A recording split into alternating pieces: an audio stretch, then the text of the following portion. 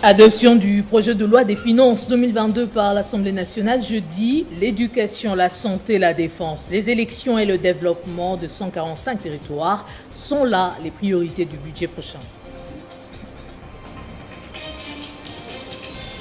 Naufrage sur le fleuve Congo après collision de 2 baleinières. Les recherches sont en cours et les échanges entre les ministres provinciaux de transport de l'intérieur sont prévus ce vendredi dans l'après-midi, annonce faite par la porte-parole du gouvernement provincial de Kinshasa.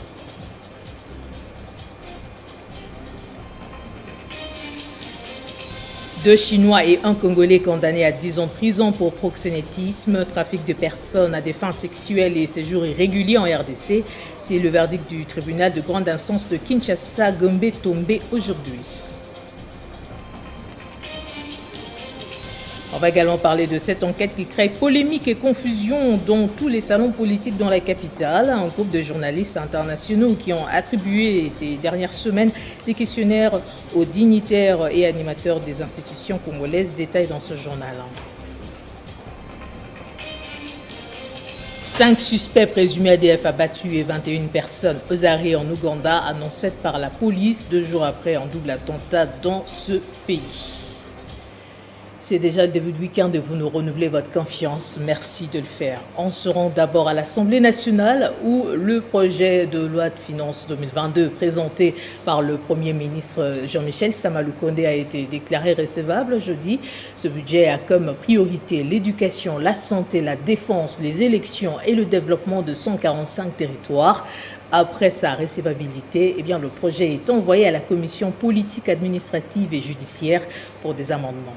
Les élus nationaux ont déclaré à l'unanimité recevable la loi des finances 2022 après les réponses du Premier ministre aux préoccupations soulevées par les députés nationaux. Le projet de loi a été envoyé à la commission économique et financière pour approfondissement et toilettage. Dans sa réponse, le Premier ministre a regroupé les préoccupations soulevées par les députés en 7 thématiques phares. Il s'agit notamment des inégalités trop visibles entre provinces, la nécessité des réductions du train de vie des institutions en faveur des urgences de sécurité, de la défense ainsi que certains secteurs sociaux et vitaux, la nécessité de financer les développements à la base, la nécessité de diversification de l'économie, la juste répartition des richesses nationales. Malgré la performance dépassée de 8 milliards en 2021 à 10 milliards en 2022, le Premier ministre s'est dit conscient du faible niveau du budget national au regard des besoins internes et du potentiel que représentent les pays. Pour les 3 prochaines années, il s'est engagé à mobiliser les recettes avoisinant 36 milliards de dollars, soit une moyenne annuelle de 12 milliards. Face aux critiques faisant état de laisser pour compte les provinces et autres entités territoriales décentralisées, le Premier ministre a rassuré les députés qu'à ces budgets soumis à l'examen estimés à 10 milliards de dollars pour le compte du pouvoir central, il sera ajouté 2 milliards de plus pour le compte des provinces et des entités territoriales décentralisées qui mettent également en œuvre le programme du gouvernement et ce, conformément à l'article 12 de la loi sur les finances publiques. Concernant l'enseignement, particulièrement l'emblématique mesure des gratuités instaurée au niveau du cycle primaire, le Premier ministre a réaffirmé son caractère salutaire et irréversible conformément aux dispositions de l'article 43 de la Constitution. Malgré les multiples défis qui reste à relever, la mesure a jusqu'ici permis l'accès à l'école de plus de 4 millions d'enfants, dont 40% des jeunes filles autrefois non scolarisées. Aux entités territoriales décentralisées, le gouvernement a promis de transformer des crédits au titre des fonctionnements et d'investissements pour les comptes des assemblées provinciales et gouvernements provinciaux. Mais il revient à chaque province de transformer à leur tour la quote-part réservée aux ETD. Devant la représentation nationale, le Premier ministre a réaffirmé les autres promesses faites par son gouvernement dans son discours d'investiture, notamment le respect du délai constitutionnel pour organiser les élections auxquelles la présente loi accorde d'ores et déjà un crédit de 500 milliards de francs congolais pour démarrer les premières opérations électorales et un autre crédit de plus de 200 milliards de francs congolais consacré au démarrage du processus de recensement général de la population.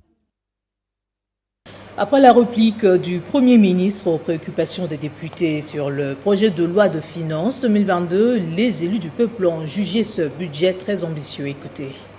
Vous avez suivi tout ce que les budgets alloués à la défense pour l'armée, c'est à peu près 37 millions. Pourtant, un budget consistant devrait atteindre au moins 1 milliard pour l'armée. Quand vous regardez l'autre armée du monde, aucune armée du monde peut travailler ou fonctionner à moins de 1 milliard. Et notre armée avait demandé au moins 500 millions. Mais pour trouver 500 millions, c'est difficile. Je vous dis qu'avec l'exploitation minière, il y a beaucoup de problèmes dans l'artisanat minier. Et je viens de proposer au gouvernement que la Banque centrale, que les gouvernements puissent acheter toute la production minière produite artisanalement, en commençant par l'or. Si on regarde à partir du Touri, Nord Kivu, Sud Kivu, Maniema et Nord Katanga, Tanganyika, on peut atteindre au moins plus de 15 à 20 tonnes d'or produit artisanalement. Il faut saluer le progrès enregistré. Donc on a quitté de 5 milliards, 6 milliards. Aujourd'hui on en est à 10 milliards. C'est une première dans notre pays. Donc il faut d'abord mobiliser ces 10 milliards-là et mettre en place d'autres stratégies pour accroître le budget. Donc la taille de notre budget n'est pas certes adaptée à notre pays. Donc la démographie de notre pays, il faut un budget conséquent. C'est un sentiment de joie du fait que les travaux se sont déroulés comme il se devait.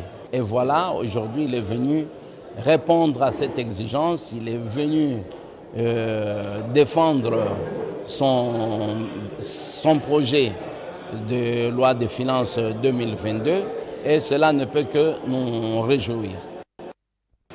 Et au Sénat, on a voté en seconde lecture pour la 12e fois l'autorisation de prolonger l'état de siège dans les provinces du Nord Kivu et de l'Ituri. C'était au cours d'une plénière présidée par le speaker de cette chambre haute du Parlement, Modeste Bahati Lukwebo. Sous la conduite de Modeste Bahati Lukwebo, le speaker de cette chambre du Parlement, les sénateurs ont donné un autre quitus pour la 12e fois au président de la République afin de proroger l'état de siège dans les provinces du Nord Kivu et de l'Ituri. C'est une plénière particulière avec la participation des présidents des 26 assemblées provinciales en séjour à Kinshasa pour leur premier congrès avec le Sénat. Le mérite de cette initiative signée Bahati Lukwebo, c'est la mise en place d'un cadre de dialogue entre le Sénat et les présidents des assemblées provinciales à la lumière des articles 10 et 220 du règlement intérieur de la Chambre haute du Parlement. La résolution y afférente a été votée à l'unanimité par la plénière. Ce cadre va œuvrer en faveur d'une collaboration efficace et apaisée entre les institutions provinciales, contribuer à la consolidation de la cohésion ainsi qu'à la stabilité institutionnelle, comme contenu dans la déclaration finale. Le cadre de dialogue et de concertation, notamment pour mission de établir et formaliser un rapport interactif entre les Sénats et les assemblées provinciales. Formuler des dispositions au Sénat pour assurer la défense des intérêts et des compétences de province. Formuler de propositions au président des assemblées provinciales pour des initiatives à prendre à leur niveau. La participation à ce premier congrès a été sanctionnée par un brevet. Le programme des Nations Unies pour le développement a apporté son appui technique et financier à la mise en œuvre de ce cadre de dialogue institutionnel qui pourrait se tenir 1 ou 2 fois l'an. 10 corps ont été repêchés, plusieurs personnes portées disparues et des rescapés enregistrés. Bilan provisoire d'une collision de 2 baleinières sur le fleuve Congo. Selon Yolande Elébé, porte-parole du gouvernement provincial de Kinshasa, les recherches sont en cours 3 jours après le drame. Des échanges entre les ministres provinciaux de transport et de l'intérieur sont prévus cet après-midi avant de nous fournir plus d'informations. C'est une enquête de plus qui crée polémique et confusion dans tous les salons politiques dans la capitale. Un groupe de journalistes internationaux ont distribué ces dernières semaines des questionnaires aux dignitaires et animateurs des institutions congolaises. Ils veulent se renseigner entre autres sur les derniers cycles électoraux organisés dans le pays et n'ont pas reçu une réponse favorable de la part de l'ancien président Corneille Nangaa. Les raisons dans cet élément. Depuis quelques semaines, plusieurs lanceurs d'alerte dénoncent cette initiative d'une certaine presse internationale avec l'appui de quelques lobbyistes occidentaux qui a clairement pour but de saper l'image de la République démocratique du Congo et de ses dirigeants. Actuels comme honoraires, plusieurs dignitaires congolais ont reçu une série de questionnaires de la part d'un groupe de journalistes sous des labels tels que BBC, RFI ou encore l'américain Bloomberg. Jusque-là, discret, la machination a récemment été mise à nu par les avocats de l'ancien président de la CENI, Corneille Nangaa, qui a été ciblé pour une interview par ce groupe de journalistes. Dans une réponse à une correspondance d'une journaliste de RFI, l'on apprend qu'il s'agit d'une enquête sur plus de 10 ans des gestions financières de la RDC, notamment sur les 2 derniers cycles électoraux. Corneille Nangaa, sanctionné par les États-Unis alors qu'il continue de clamer son innocence, affirme que cette démarche n'est pas à son premier essai et que pour une fois de plus, il ne compte pas prendre part à cette entreprise basée sur plusieurs fausses prétentions telles qu'un sabotage du processus électoral. Déjà, le questionnaire est envoyé à Corneille Nangaa et d'autres membres du bureau sortant de la CENI et veut se renseigner sur les finances publiques générales de la RDC alors que la centrale électorale n'est pas appelée à gérer les trésors congolais. Après avoir déjà rendu compte à l'Assemblée nationale, l'avocat de Nangaa considère des nouvelles réponses au sujet de son mandat comme une contradiction de son intervention devant les élus du peuple. Quant à d'autres dignitaires contactés par notre rédaction, ils redoutent tout simplement une énième campagne de Congo bashing qui souvent passe par des analyses et statistiques biaisées sur la gestion des ressources naturelles du pays ou la politique sur les droits de l'homme pour déranger la stabilité de la RDC. La société civile du Nord Kivu fustige le projet de construction d'un village moderne entre la RDC et le Rwanda. Ce projet vise, à en croire l'accord convenu, à répondre à l'appel des sinistrés de l'éruption volcanique du Nyiragongo du mois de mai dernier. Nous sommes justement en ligne avec Placide Ndilamba, membre de la société civile du Nord Kivu, pour en savoir un peu plus. Estimez-vous que ce projet est un piège sur la RDC? Dans la catégorisation des droits humains, il y a les droits de solidarité.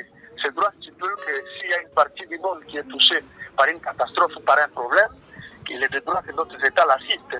Et que donc le Rwanda entre dans cette catégorie-là pour dire nous assistons la partie du monde qui a été touchée par le volcan Nyiragongo.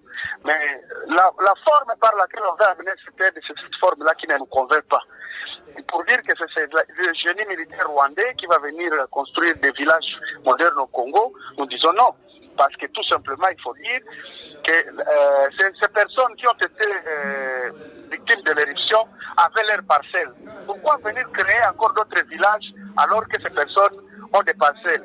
Et que donc, à notre niveau, c'est dire, s'il y a l'aide doit être versée au gouvernement congolais, qui a déjà mis en place déjà des structures pour répondre à la crise, et ce sont ces structures-là qui vont amener l'aide auprès des bénéficiaires. Pas le gouvernement rwandais lui-même encore venir, parce qu'il y a tant de pays qui nous aident, mais qui ne viennent pas, qui ont envoyé leur aide, et l'aide est parvenue aux bénéficiaires. Et que donc, nous, à notre niveau, c'est qu'il nous va se dire merci pour l'aide, mais la forme choisie pour dire que c'est le Rwanda lui-même qui va construire, non. C'est le Rwanda lui-même qui va gérer, non. Qu'on verse aux institutions congolaises, chaque État est souverain. Et que donc on donne aux institutions congolaises, ce sont les institutions congolaises qui vont construire pour les sinistrés dans leurs parcelles qui ont été englouties par la lave, et non aller créer d'autres villages ici chez nous au Congo. 2 Chinois ont été condamnés à 10 ans et 3 mois de servitude pénale, principale pour proxénétisme, trafic de personnes à des fins sexuelles et séjour irrégulier en RDC. Leur complice, un Congolais, chef de bureau du ministère des Affaires étrangères chargé de visa, a également écopé d'une peine de 10 ans de servitude pénale pour faux en écriture. C'est le verdict du tribunal de grande instance de Kinshasa-Gombe tombé aujourd'hui. Plus de 30 ressortissants chinois, parmi lesquels des jeunes filles sont poursuivies par les tribunaux des grandes instances en procédure de flagrance pour trafic et exploitation des personnes à des fins sexuelles. Alors que son complice congolais, chef des divisions au ministère des Affaires étrangères, est poursuivi pour avoir délivré des visas de courtoisie destinés aux diplomates pour prolonger les séjours en République démocratique du Congo de ces Chinois. Parmi ces sujets chinois, Yi Jingpak et sa gérante sont condamnés à 10 ans et 3 mois de prison pour proxénétisme et trafic des personnes à des fins sexuelles devant les tribunaux des grandes instances Gombe. Il y a également 8 autres Chinois qui ont été condamnés pour séjour irrégulier et 22 ont été acquittés selon des sources judiciaires. D'après les procureurs, les sujets chinois sont entrés en RDC depuis 2019. Avec un visa aéroportuaire pour certains et un visa touristique délivré par l'ambassade de la RDC en Chine pour d'autres. Les jeunes filles chinoises ont prolongé leur séjour en s'octroyant moyennant $100 auprès des chefs des divisions de la chancellerie du ministère des Affaires étrangères. Le visa de courtoisie destiné aux diplomates pour une durée d'1 an en vue de leur permettre de demeurer en République démocratique du Congo et se livrer au proxénétisme dans des maisons de tolérance. Il faut noter que tous les prévenus et les témoins ont été placés en détention préventive. L'instruction se poursuit. Dans l'actualité panafricaine, 2 jours après le double attentat à Kampala, en Ouganda, la police ougandaise a annoncé jeudi avoir abattu 5 suspects présumés et arrêté 21 personnes dans le cadre de l'enquête sur le double attentat revendiqué par le groupe État islamique et qui a fait 4 morts. La police a attribué ces 2 attaques à un groupe local lié aux ADF, une rébellion née en Ouganda depuis 25 ans dans l'est de la RDC. Les attentats ont lieu à 2 minutes d'intervalle mardi matin à un checkpoint près du quartier général de la police, puis à proximité du Parlement dans le quartier d'affaires de la capitale. Et au Soudan, après la mort de 15 manifestants hier, la police dément le bilan de cette journée. Ce matin, et en présente un autre, il y aurait eu un mort parmi les manifestants contre les 89 policiers blessés. Il y a eu constat de violence non justifiée de la part des manifestants et multiples agressions sur le policier. On va prendre le rappel des titres. Adoption du projet de loi de finances 2022 par l'Assemblée nationale jeudi. L'éducation, la santé, la défense, les élections et le développement de 145 territoires sont là les priorités du budget prochain. Naufrage sur le fleuve Congo causant 10 morts après collision de 2 baleinières. Les recherches sont en cours et des échanges entre les ministres provinciaux de transport et de l'intérieur sont prévus cet après-midi. Annonce faite par la porte-parole du gouvernement provincial de Kinshasa. 2 Chinois et un Congolais condamnés à 10 ans de prison pour proxénétisme, trafic de personnes à des fins sexuelles et séjour irrégulier en RDC. C'est le verdict du tribunal de grande instance de Kinshasa-Gombe tombé aujourd'hui. On a également parlé de cette enquête qui crée polémique et confusion dans tous les salons politiques dans la capitale. Un groupe de journalistes internationaux qui ont distribué ces dernières semaines des questionnaires aux dignitaires et animateurs des institutions congolaises. 5 suspects présumés ADF abattus et 21 personnes aux arrêts en Ouganda. Annonce faite par la police 2 jours après un double attentat dans ce pays. Ne quittez pas vos sièges dans un instant, c'est la revue de presse.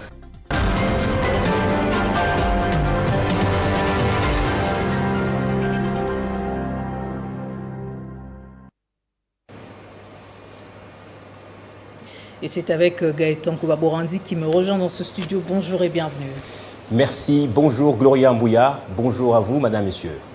On démarre avec ce sujet, le projet de loi de finances jugé recevable à l'Assemblée nationale. Justement, vous l'avez évoqué dans votre journal, ce sujet ne pouvait que faire la une également de journaux parus ce jeudi, dont La Capitale. On commence par ce titre de La Prospérité qui titre à sa une « Budget 2022, Sama Lukonde lance un appel à la mobilisation générale. Pour le journal, Sama Lukonde a affiché un sens élevé de responsabilité en mesurant l'immensité des défis avant de dire qu'aucune question n'a été occultée. C'était le deuxième sujet. Le média a également consacré 3 pages où il a repris en intégralité le discours prononcé par le chef de l'exécutif. Justement, Gloria, si vous voulez lire le discours qu'a prononcé hier Sama Lukonde, vous n'avez qu'à lire La prospérité dans son titre paru ce jour. On change de média pour prendre cette fois l'ACP, le média public congolais, qui lui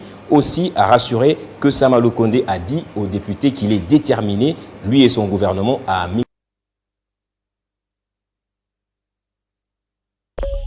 Et l'ACP, nous changeons également de sujet pour prendre le forum des As qui, lui, a pratiquement parlé d'autres choses qui contredisent ce que je dis tout à l'heure au sujet de ce projet de loi. En plus de relayer l'actualité sur la recevabilité du projet de loi de finances, a pris un autre son de cloche qui contredit un peu le sujet. Adolphe Muzitu, l'ancien Premier ministre, il critique ce projet de loi. On peut lire justement 10 ans après le budget a doublé, mais pas le salaire des professeurs, des magistrats ainsi que des médecins. Il en a fait tout un article à lire sur sa page 5. On peut lire également dans cet article que Adolphe Muzitu a recouru à la maïeutique en posant quelques questions, notamment secouant sa fibre sociale héritée de la gauche lumumbiste. L'ancien chef du gouvernement ne comprend pas que le salaire des fonctionnaires n'ait pas bougé d'un iota alors que le budget, lui, grimpe.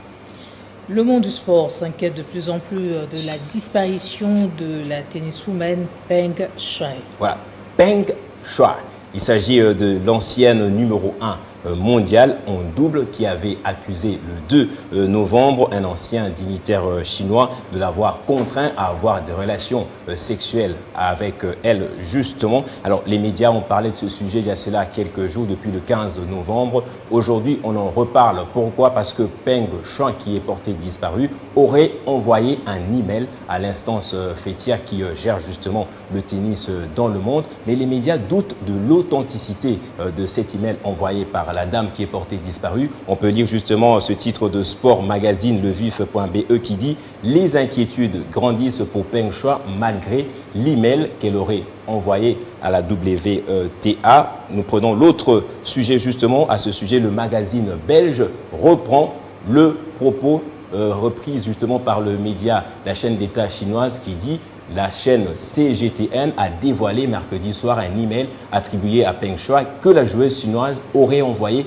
à la direction de la WTA sans que l'authenticité du message puisse être confirmée. Les réserves de l'Organisation internationale du tennis féminin sont notamment liées au fait que la joueuse n'est plus reparu depuis le 2 novembre. Nous changeons de média pour prendre cette fois France 24 qui, contrairement aux autres médias, France 24 a préféré relayer l'appel à la mobilisation générale faite par les tenniswomen ainsi que les tennismen, les hommes également.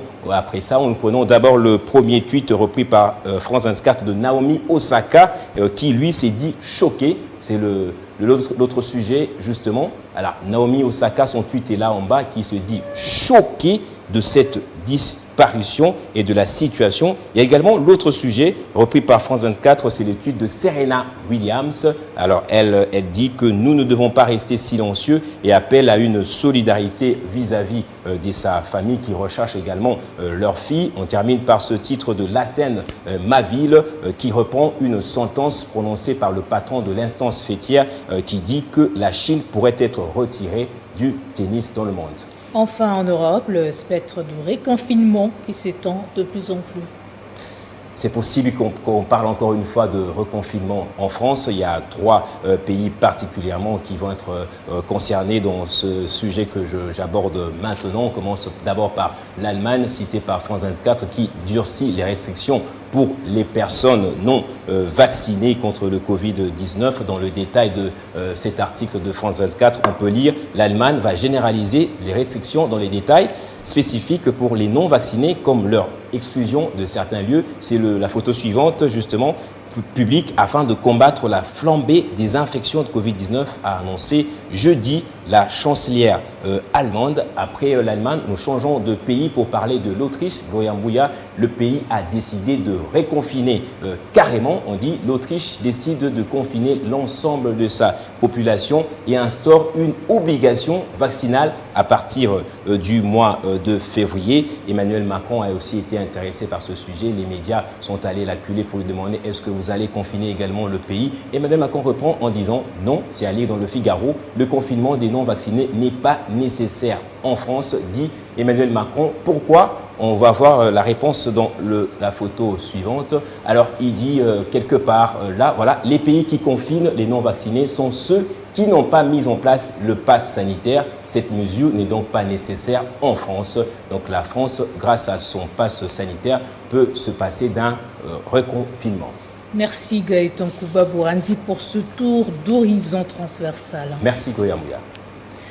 Ce sera tout pour ce journal. Merci de votre attention soutenue. Belle fin de semaine à toutes et à tous sur Espace 50. Protégez-vous, prenez soin de vous.